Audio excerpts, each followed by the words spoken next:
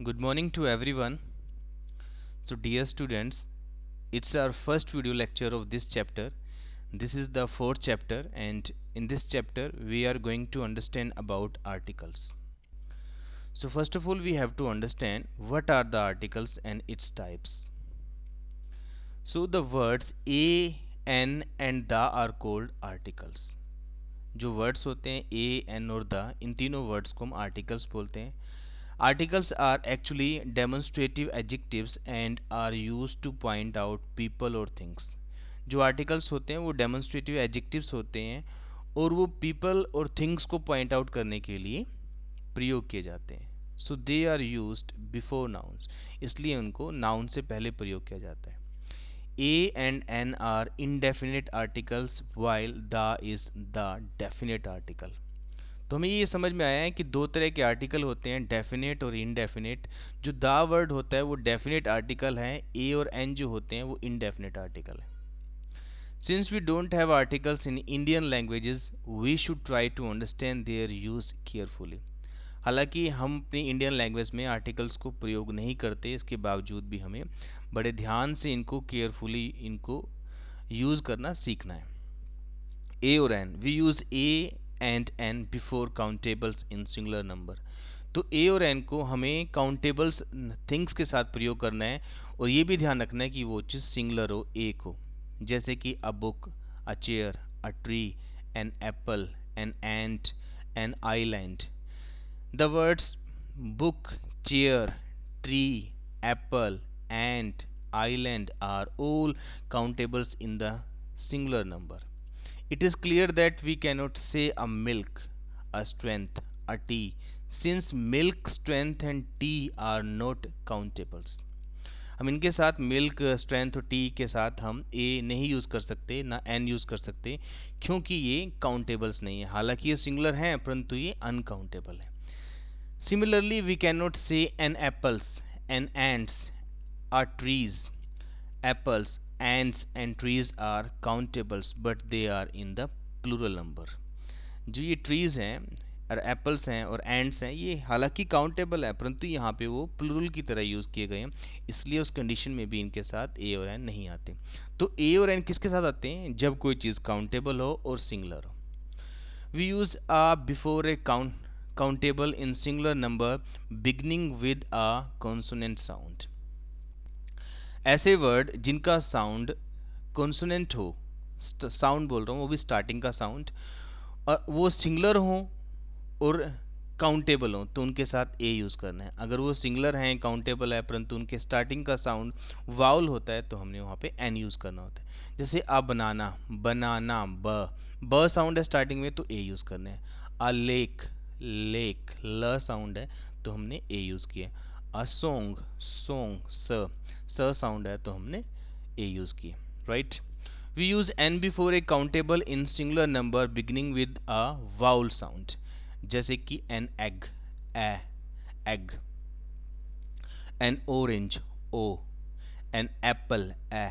सो अगर हमारा स्टार्टिंग का साउंड जिस वर्ड के साथ हमने ए या एन यूज़ करना है, अगर वो साउंड हमारा वाउल है तो हमने एन यूज़ करना है, अदरवाइज हमने ए यूज़ करना है. Note that we have not said words beginning with a consonant or a vowel. We have said words beginning with a consonant sound and vowel sound. So if a word begins with a vowel but not a vowel sound, we use a before it. तो यहाँ पे ये समझाया गया है कि अगर कोई वर्ड वाउल साउंड से स्टार्ट है तब हमने एन यूज़ करना है. अगर वाउल लेटर से स्टार्ट है तो हो सकता है कि वहाँ पे साउंड ना हो, तो उस कंडीशन में हमने एन नहीं यूज़ करना. जैसे कि आ यूनिवर्सिटी, यूनिवर्सिटी स्टार्टिंग का साउंड क्या है? य, यूनिवर्सिटी, य साउंड हमें पता है कि वो कॉन्सोनेंट होता है इसलिए वहाँ पे ए यूज़ किया. Next is European. स्पेलिंग देखो ई लिखा है स्पेलिंग में, ई तो हमारा वाउल साउंड होता है, वाउल स्पेलिंग में साउंड होता है, यानी कि वाउल होता है स्पेलिंग के अंदर, परंतु साउंड इसका देखो क्या आ रहा है? यूरोपियन, य साउंड आ रहा है इसलिए हमने ए यूज़ किया है. 1 रुपीज़ नोट, 1 रुपी नोट तो यहाँ पे व साउंड आ रहा है तो इसलिए हमने ए यूज़ किया। Some other words which begin with a vowel like take, a, with, then, are uniform, unit, useful, things, you. तो ये जो वर्ड्स है, कुछ ऐसे वर्ड्स हैं इनके साथ हम ए यूज़ करते हैं, हालांकि इनकी स्पेलिंग में स्टार्टिंग में वाउल लेटर हैं परंतु वाउल साउंड नहीं है। जैसे यूनिफॉर्म य, यूनिट य, यूजफुल य, यू, ई डब्ल्यू ई, इसको बोलते हैं यू, य साउंड आता है, और यहाँ इसलिए भी यहाँ पे भी हम ए यूज़ करेंगे क्योंकि साउंड जो हमारा है कॉन्सोनेंट है। If some words begin with an unsounded h, they also take an with them. कुछ ऐसे वर्ड्स होते हैं इनकी स्टार्टिंग की स्पेलिंग में एच लेटर आता है परंतु साउंड में वो साइलेंट होता है। जैसे ओनेस्ट बॉय, ओनेस्ट, होनेस्ट नहीं बोलते, इसको ओनेस्ट बोलते हैं, तो ओ साउंड की वजह से यहाँ पे एन हमें यूज़ करना है। An honourable person, honourable o, so we have to use here n.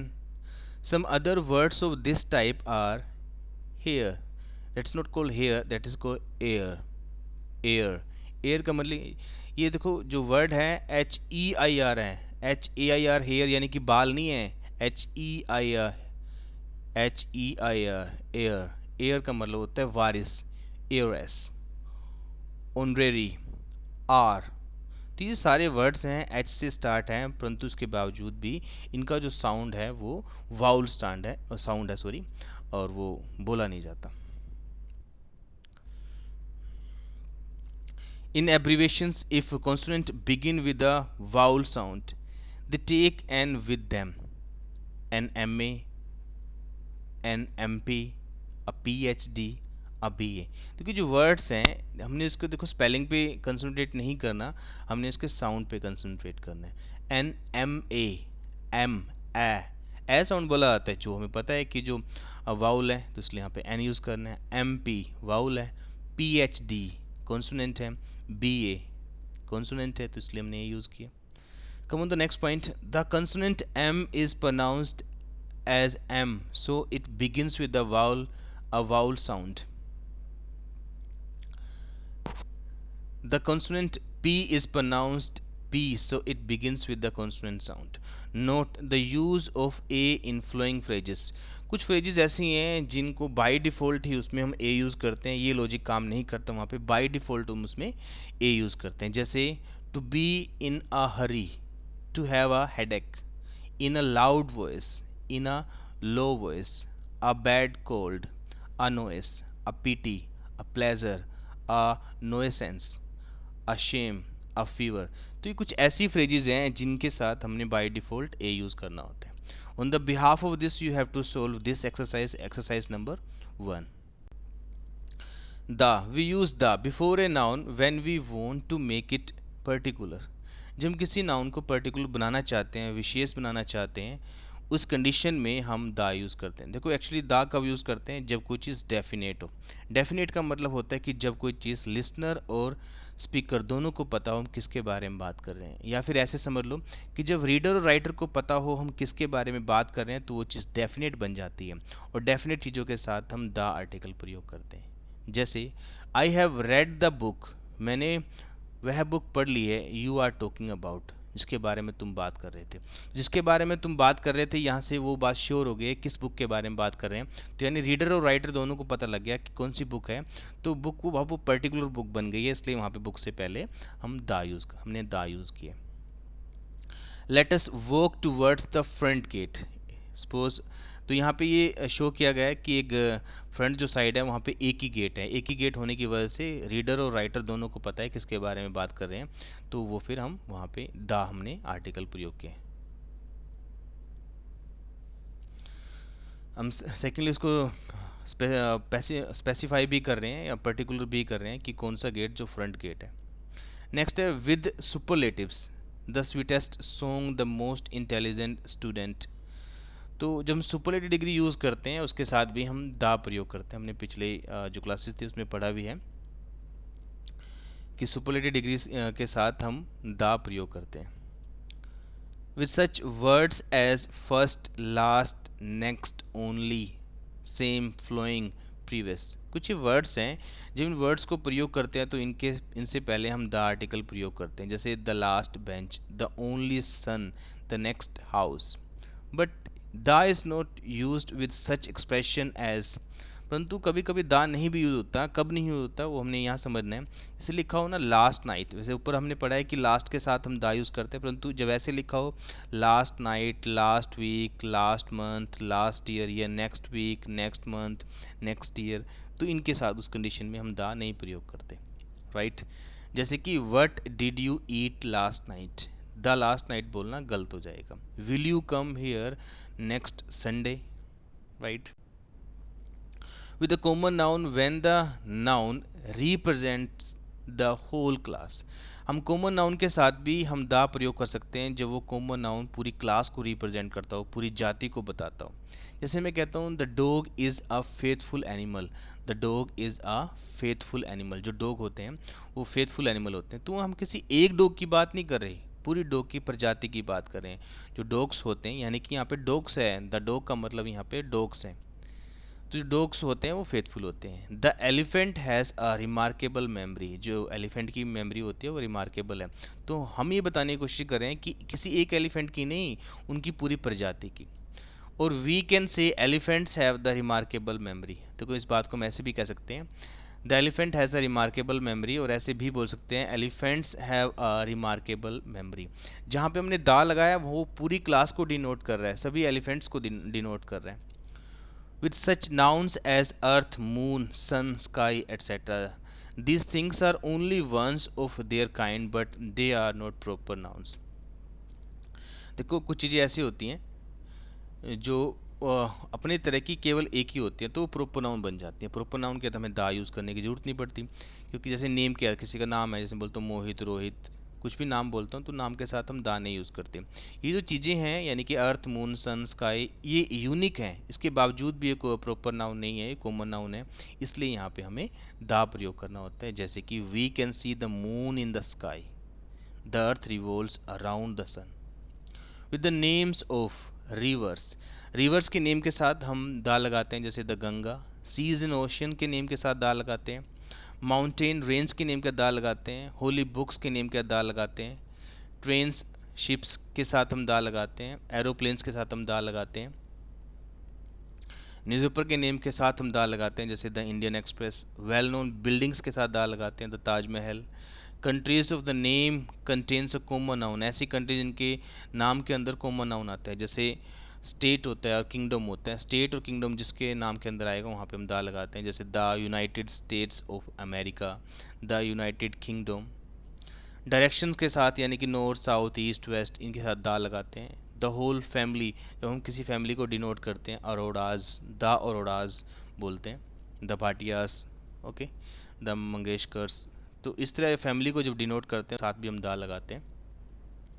In such word combination as to speak the truth, कुछ ऐसे वर्ड्स होते हैं जिनकी कॉम्बिनेशन जब बनते हैं, यानी कि इस तरह की फ्रेजेस के साथ हम उनके दा लगाते हैं, जैसे to speak the truth, the play the violin, on the one hand, on the other hand, in the morning, in the afternoon. Note the use of the in the flowing, the rich should help the poor. देखो यहाँ पे समझने मेरी इस बात को, जब हम किसी एडजेक्टिव्स के साथ दा लगाते हैं तो पूरी क्लास को डिनोट करता है। जैसे मैं यहाँ लिखा है द रिच का मतलब है रिच पीपल, और द पुअर लिखा है वहाँ पे मतलब है पुअर पीपल, तो पूरी क्लास को डिनोट कर रहे हैं, हालांकि वो एडजेक्टिव हैं, the rich and the poor. The more we get the more we desire, जब हम किसी चीज़ के डिक्रीज़ को या इंक्रीज़ को दिखाते हैं तो उस कंडीशन में भी हम एडवर्ब के साथ दा लगाते हैं। द मोर वी गेट, जितना ज़्यादा हम पाते हैं, द मोर वी डिज़ायर, उतनी ज़्यादा इच्छा करते हैं, जितना उतना है कि सेंस के लिए भी हम दा प्रयोग करते हैं। The higher we go the cooler it is, जितना ऊपर हम जाएंगे उतनी हम ठंडक पाएंगे।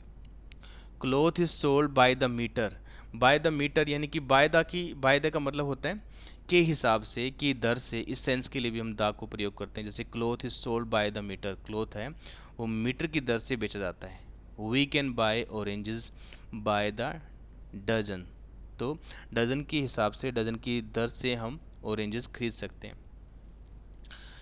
Exercise 2, fill in the blanks with a an और द वेयर नेसेसरी। तो आपने यहाँ पे इनको फिल करना है ए एन और द को, यहाँ पे वो नेसेसरी हो, अपनी ये एक्सरसाइज करनी है। Point number D, omission of the. Normally we do not use with proper nouns, abstract nouns and such nouns are gold, silver, water, woods, etc. which name materials. ऐसे मटेरियल्स के साथ भी हम दा प्रयोग नहीं करते हैं, यानी कि प्रॉपर नाउन्स के साथ हम दा प्रयोग नहीं करते हैं, एब्स्ट्रैक्ट नाउन के साथ हम दा प्रयोग नहीं करते हैं। जैसे कि India is a great country, proper noun है। Beauty is admired by all, abstract noun है। Gold is a precious metal, abstract noun है। तो एब्स्ट्रैक्ट नाउन के साथ और प्रॉपर नाउन के साथ हम दा प्रयोग नहीं करते हैं, but when we use these nouns are particular ones we have to use the with them. जब इसको पर्टिकुलर बना देते हैं, कुछ विशेष बना देते हैं, उस सेंस में हम इसके साथ दा यूज़ कर सकते हैं। जैसे कि the India of the 21st century, normal India की बात नहीं कर रहे, जनरल इंडिया की बात नहीं कर रहे, हम इंडिया की बात कर रहे हैं जो 21st सेंचुरी का है, is going to be a super power. The beauty of Noorjahan is famous all over the world. जो ब्यूटी है, ब्यूटी देखो एब्स्ट्रैक्ट नाउन है, परंतु कौन सी ब्यूटी की बात कर रहे हैं? नूरजहान की ब्यूटी। फिर है the gold we have purchased today seems to be pure. जो गोल्ड हमने आज परचेज किया है वो प्योर है। देखो, जब किसी चीज़ को स्पेसिफाई किया जाता है तो उस कंडीशन में एब्स्ट्रैक्ट नाउन और प्रॉपर नाउन को भी हम दा लगाकर रिप्रेजेंट कर सकते हैं। जैसे मैं कहता हूँ कि एजुकेशन, हमें पता है कि एजुकेशन एब्स्ट्रैक्ट नाउन है। अब मैं कहता हूँ कि the education of the century school is marvellous. तो यहाँ पे हम एक कॉमन एजुकेशन की बात नहीं कर रहे हैं, हम एक पर्टिकुलर एजुकेशन की बात कर रहे हैं जो सेंचुरी स्कूल में दी जाती है। तो इस कंडीशन में हम दा प्रयोग कर सकते हैं, right. So point number E, the repetition of the का रेपिटेशन समझना है। Look at these two sentences, the poet and the dramatist have been honoured. देखो, दोनों ही, यानी कि पोइट और ड्रामेटिस्ट दोनों ही क्या हैं यहाँ पे, किसी की जैसे हम बोल सकते हैं किसी की पोस्ट है, तो पोइट और ड्रामेटिस्ट दोनों अलग अलग पर्सन हैं। वो दोनों पर्सन एक भी हो सकते हैं, राइट। जैसे पोइट और ड्रामेटिस्ट अगर दोनों एक ही पर्सन है तो हमें सिंगल दा यूज़ करना है, अलग अलग पर्सन है तो हमने अलग अलग दा यूज़ करना है। तो उस कंडीशन में भी हम दा को प्रयोग कर सकते हैं। The first sentence in which we have used the twice speak of two different person. जो फर्स्ट सेंटेंस में दा यूज़ किया है वो दोनों अलग अलग पर्सन को डिनोट करते हैं। One of whom is the poet and the other is a dramatist. The second sentence suggests that the same person is both a poet and a dramatist. जो second sentence है वो show करता है कि दोनों एक ही person है, poet भी और dramatist भी, right? तो जब कोई person एक ही हो तो उनकी जो पोस्ट होती है, डेजिग्नेशन होती है, उनके साथ हम सिंगल दा लगाते हैं। अगर वो पर्सन दोनों अलग अलग हैं तो हम अलग अलग दा यूज़ करते हैं उनके साथ। So after that you have to do these exercise also, exercise number 3 and 4th. So it's enough for today video lecture. We will be continuing the next video lecture. Till then, see you, bye bye.